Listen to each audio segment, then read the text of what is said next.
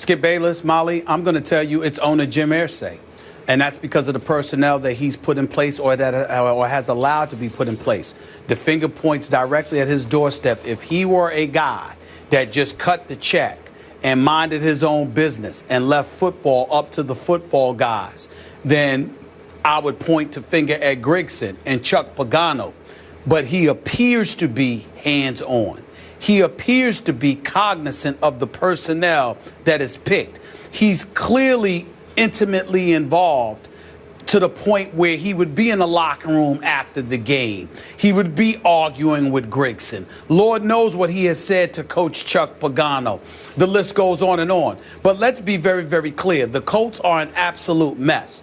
And don't think for 1 second that the guy who's one of the biggest supporters of Andrew Luck, that would happen to me, Skip, that I'm not in any way absolving him from his doldrums. This guy has played in 5 games. He has thrown 8 interceptions, 2 included yesterday. They are 1-4 without him. I'm sorry, with him, okay? The other 2 victories they have are without him.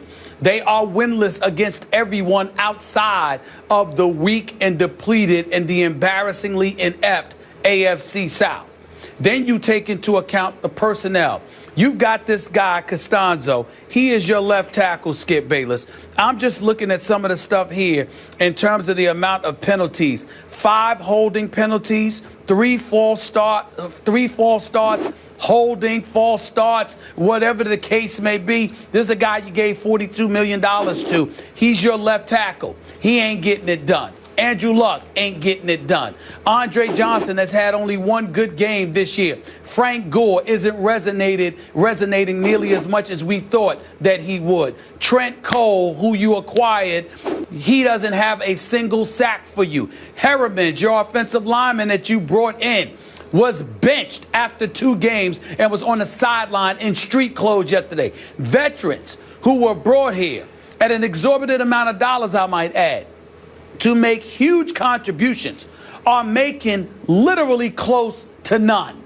And if your veterans can't produce for you, what level of leadership can they provide for you? Because if they were paid to come here and make a contribution and be veterans, we all know you can't lead men if they're looking at you and saying, well, what the hell are you doing? That can't happen. So when you look at it from that perspective, it's an absolute mess. Of course, Andrew Luck is primarily responsible as a player on the field. Of course, Chuck Pagano is primarily responsible because his post-game pep talks clearly ain't working, okay? We understand that. And then you got undefeated Carolina and Denver coming up on your schedule, which doesn't look good for the Colts.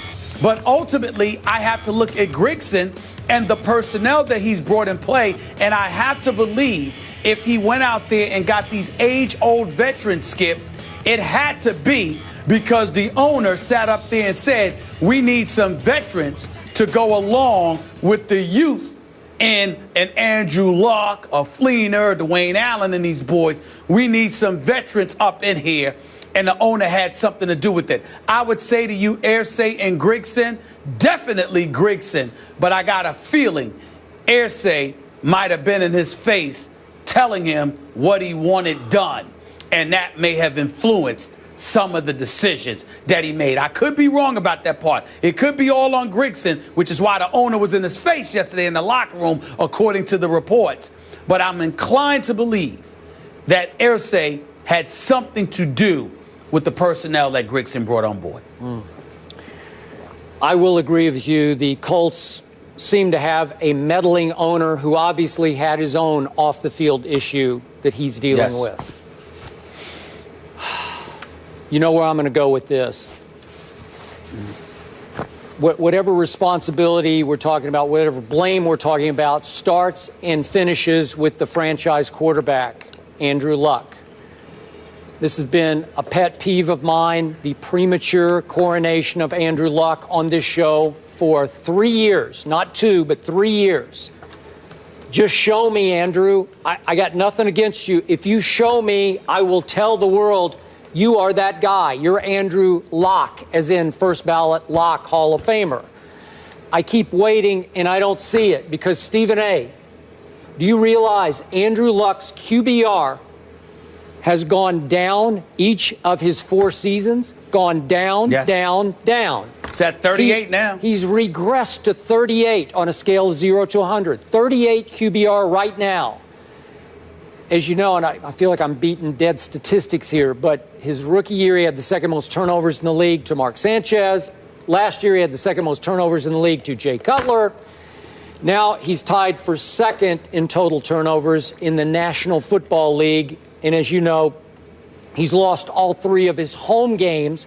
And thanks to his 2 interceptions yesterday at home, this team fell behind the visiting New Orleans Saints 27-0. Then Andrew Luck heated back up, as we saw against Kansas City in the home playoff game, that he dug them out of the hole that he initially dug. And he was pretty great in the second half, wound up throwing for 333 yards. They actually got back in the game that they lost 27-21. Okay, but what happened when it mattered? 27-0 happened at home. I hear, oh, it's his shoulder. He's still fighting with his bum shoulder. Well, then don't play, because his velocity looks okay to me. It looks normal to me. Then I hear over and over again, they just can't protect him. He hasn't had I brought this up, Steve Young said a couple of weeks ago, hasn't had a clean pocket all year. Trust me, against the Patriots, it felt like he had a bye week to throw each time he dropped back. That's how much time he had. And look, Matt Hasselbeck stepped in and had 0 interceptions in 2 games against 2 bad teams, albeit Jacksonville at Texans. But the at Texans game, I thought that was pretty good on the part of Matt Hasselbeck. He showed you how he could get rid of the ball on time to the right guy, even if it's a dink or a dunk, and you can win the football game. And right now, it's hard for this team to overcome the mistakes made by its franchise quarterback. I don't know what's going on. If he's hurt, they should sit him down. But the problem is, as you well know, they're in such, this is the big benefit of Andrew Luck. He's in such a bad division, and has been for all 4 years. They're still in the lead. They're 3 and 4. Sole possession. They're leading the AFC South at 3 and 4. So they can't lose for winning or win for losing. However you want to look at it, the worse they play, the better it seems to get, because this is a pathetic division. If they were in the NFC South, Lord help them. They'd be having a hard time right now. Their season would be basically over. So this is your Super Bowl team, just the way it was a whole lot of people's Super Bowl team. Andrew Luck was the preseason MVP pick by a whole lot of analysts out there, and he regresses, yet they're still afloat, because all they have to do is win this division. They're going to get a playoff game somehow, some way. Well, so go ahead. Here's my deal, Skip. I'm not going to argue with you about Andrew Luck and his performance. It's undisputable. He has not been nearly as impressive as anybody expected him to be. He's been a turnover machine, and they're 1 and 4 with him in the lineup. That can't be disputed.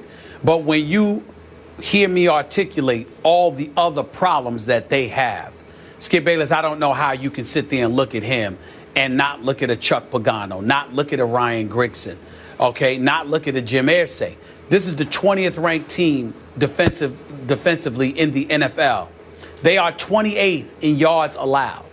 They are 23rd in yards allowed against the rush, 28th in yards allowed against the pass. Yesterday, to Mark Ingram, they gave up 143 yards on 14 carries.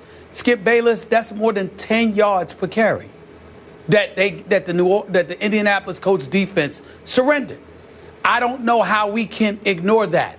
Yes, you're talking about Costanzo being paid the money, that he's being paid, and you got holding penalties and false starts to the point where you're being interviewed at the locker and you are degrading yourself. Nobody's arguing with you, because we know you're right. You stink, you're this, you're that. This is what he said about himself. Nobody said a word, because they know he's right. Andre Johnson, he's 34 years old. He's gone from Houston. He comes over here. He's had one good game, which is against his old team, the Texans, which we will discuss later on in the show. Yep. You got Frank Gore averaging 4.6 yards a carry. Why is he not receiving the ball more? You got T.Y. Hilton, 150 yards on 4 receptions. Skip, he was targeted 15 times. Something's wrong with that picture. T.Y. Hilton targeted 15 times and only catches the ball 4 times? Something's wrong with that picture. I'm simply saying to you, Andrew Luck, without question, can play better. He should play better. I don't see something physically deficient about him. I don't see his IQ having diminished in any way. Something just doesn't seem to be clicking. And when you've got Harriman's being benched, and you've got, when you've got Trent Cole doesn't have a sack on the entire season, when you see the different areas all over the place where the problems are taking place, that's not the quarterback. The quarterback could help alleviate it. He could help negate and offset it. And the fact that Andrew Luck is not doing so is definitely an indictment against him. He's in his 4th year, been a divisional player, a wild card divisional player of AFC Championship game. Damn it, he was progressing until this year. Don't know what happened. But it is clear that the problems are all over the place. And if you're Irsay, I mean, he might be a part of the problem, but we all know that you can't fire the owner. So I really believe that somehow, some way, we may see a potential house cleaning in the making. Because you might have to get rid of a whole bunch of people. And I'm not advocating that Grigson be fired or that Pagano be fired. I'm simply saying it looks possible because that usually happens when there are problems everywhere. And the Colts have problems everywhere. I'm with you. We'll see Luck against Cam on Monday Night Football. But meanwhile, the G-Men are on top of the NFC East. But is it still anyone's division to take? Will New York hold off their division rivals when all is said and done? Eric Allen is in the house. He'll offer some insight when we return. Stay here.